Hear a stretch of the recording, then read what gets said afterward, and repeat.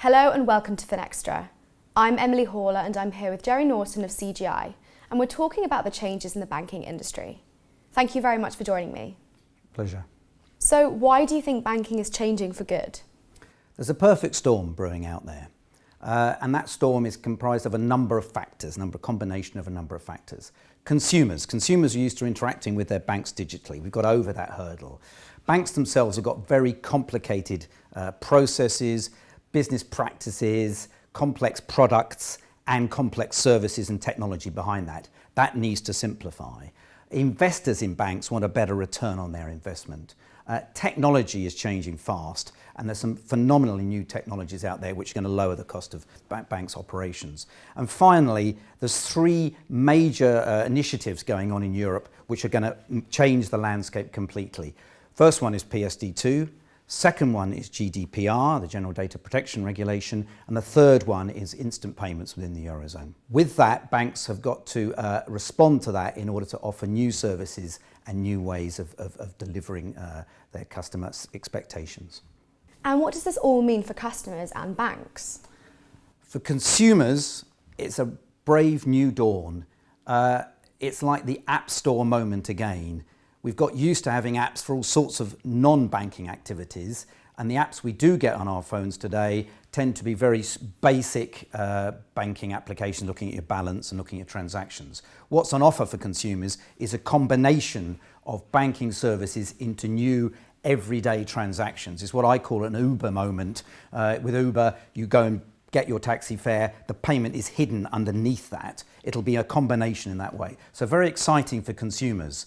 For corporates, large corporates, I think there's a fantastic simplification for them through portals, through combining services, banking services, and seeing those much more seamlessly and bolted together. And finally, perhaps the most underserved segment is small business banking, SME banking. And I think SME banking will see some combination of those two. It'll be an app moment with some sort of seamless integration of banking services. So I think for consumers and customers in general, really, really good news. For banks themselves, I think it's much more difficult.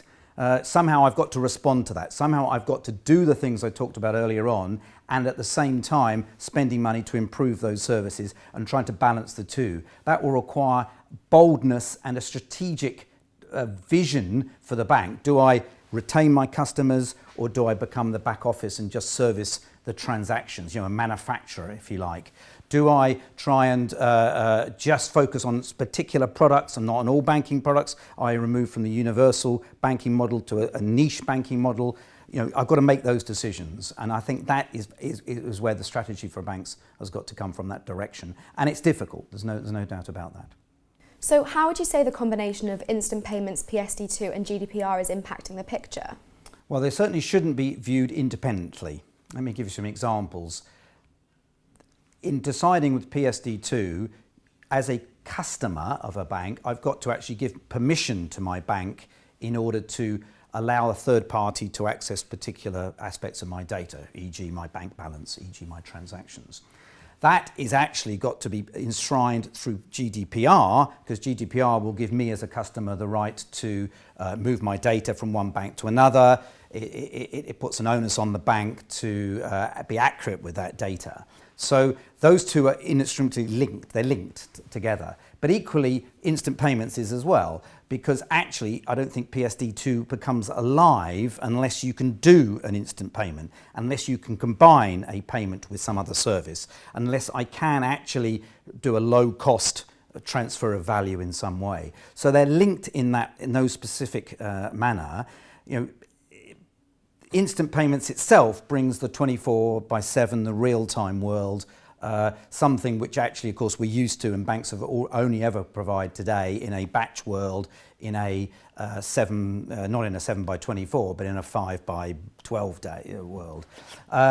PSD2 itself brings in these new actors, these third parties, which could be banks themselves, of course, but could actually be new players. They're lightly regulated. They're the people who are going to try and steal the bank's lunch, I guess you'd say. And then thirdly, the GDPR effectively is the thing that brings in this data protection, as I say, and the data accuracy, but also really important, this concept of forgetting data, the right to be forgotten. As a consumer of a bank, I can actually say to my bank, please, I'm moving my data to somebody else, forget everything that you've got to know about me, and I've got the right to challenge and actually get the bank to prove that. So these three things are inextricably linked, and the right strategic response as a bank is to look at them that way, even if I then actually only do certain aspects of them afterwards.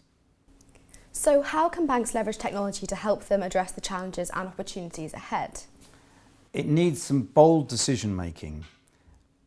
Banks were one of the first sectors to computerise in the 1970s.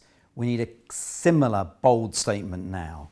And that's because there's 5 or 6 new technologies out there which we've yet to fully grasp and take advantage of. For instance, cloud. We're on the verge of capitalising on cloud, but we haven't yet done so. Cloud has the ability to commoditise and reduce the cost dramatically of infrastructure in particular. But equally, we haven't adopted much around machine learning and AI yet. That would enable us to actually intelligently interpret the dialogue that consumers or customers have with the bank. Robotic process automation, RPA, we've yet to adopt that, which would help us to fully remove manual processing and automate that. We have yet to, we talk a lot about blockchain, we talk a lot about distributed ledger technology. We've yet to actually really introduce that and some of the changes that would bring. And finally, we do agile development in IT, but we've yet to sort of fully allow us to release that more quickly into the actual production environment. This is the DevOps angle. So those technologies will enable us to take advantage, to address these issues. So back to PSD2 and instant payments and GDPR, then actually what you need is some technology which runs 24/7, which is very high performance because the response times are critical, which actually can stand alone from one's banking infrastructure, which can cope with flexible demand because we don't know when the peaks are going to be. We need to have data which is permissioned by the individual. We need to have it so that I can know where it is, I'm tracking where it is, so it can be forgotten.